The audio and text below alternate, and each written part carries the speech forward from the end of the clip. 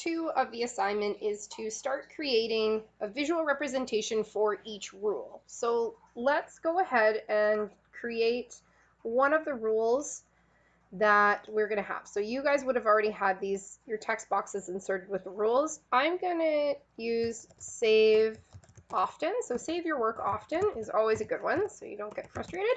Save often. So let's say this is my text box. I've edited it how I like. I wouldn't leave it like this, but for right now we will.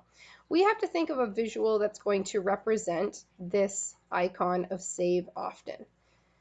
And what I would do is I would just go to Google and you're going to type in save icon. That's what I would type in. And click on images. There's going to be more images that pop up, and this is kind of what we can use as our inspiration for how we're going to create our visual representation using only shapes and drawing tools in Microsoft Word. So let's say this is the one I like, right? We can go ahead and insert this as something to trace over, but it's not something we can leave in as our final project. You guys are designing your icons, but we can insert this as just a template. So I found the image I like. I'm going to right click and I'm going to go save as. When you guys are saving your images, you want to save them in the word processing 1 folder. That way you don't lose them if you don't have time to insert them. So I'm just going to go back to my Word document and I found an image I like. I'll go up to the Insert tab and I'll go to Pictures and I'll find my Word Processing 1 folder.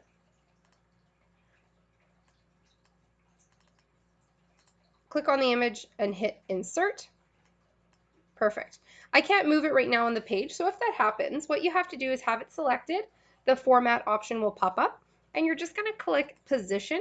You can pick any position. It doesn't matter which one it is. Once you've clicked that, now I can move it around on the page, and that's what I want. So next we're going to start creating the shapes it is within this Save Often icon and how we would do that within Word. So what I see is you want to look at this in terms of layers. So right now I see this outside layer as kind of a rectangle, and there's a few different ways we could do this. So if I were to go to Insert, Shapes, and let's say I pick the rectangle with rounded corners. That's what I'm going to do. I'm just going to click and I'm going to trace over top of my image so that it's pretty close. Okay. Next, I can see that this corner is cut off. So there's a few different ways we could do this. One, we could just take another shape, such as a rectangle, draw something like this, and we're going to rotate it. Bring it on over, and I'm almost going to be creating a mask that goes over top. And in order for me to do that, I would have to make this rectangle white. So back to my shape fill, I'd go to white. My shape outline, I would also go to white. And then I've recreated that shape. Okay, so I traced over top of that. Next, what I want to show you guys is this is the first layer of our image. So we're going to group these two shapes together so that they move as one. So how you want to do this is you select your first image and you press down the control button on your keyboard, and then I'm going to select the second image. It'll select both of them, and I'm going to go to group up here, click the drop down menu and go group. Now that I've grouped this, they'll move together as one, which is what I want. Okay. If your background isn't white, we'll have to talk about later and we'll go in and we'll fix that. That's one way you could create this image, just by using a shape and grouping it together with another shape over top to kind of act as a mask. Let's go in and let's show you another drawing tool that we would be able to use to recreate the shape. So if I go to Insert and I go to Shapes, another option you can choose is the curve option. So if I left click and left click, left click, left click, left click, and I slowly pivot around my shape, you can then create your points. This is not going to be the neatest, but you'll get the idea. It creates the bend in the curve, right? And then I can left click left click, left click. That creates kind of more of a curvature shape, not very well executed, but you get the idea of the tool. The other option you could use is insert, and you go to shapes, and you can go to free form shape. Now with here, you can left click but hold and trace around your entire image. So if you have a steady hand, you could do that. Once again, once it connects, it makes an image. Not the best image.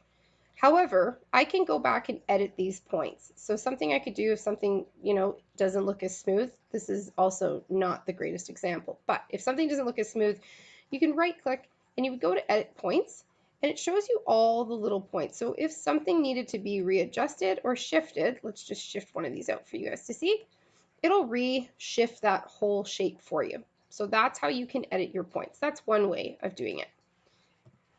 I think the easiest way, if you can, is to look at what shapes are within a shape that you're recreating. So this is what I would say for this. And then I would, let's say I wanted to create the inner part of my shape. There's a few different ways you could do that. So we could go to our shapes up here. Once again, I might just collect something rounded, put over top. That could be my shape. One thing that's going to make it easier to see is if we change the actual shape fill. So we change the color to white, the outline's white, everything's white there. Maybe we want to create kind of that bevel effect.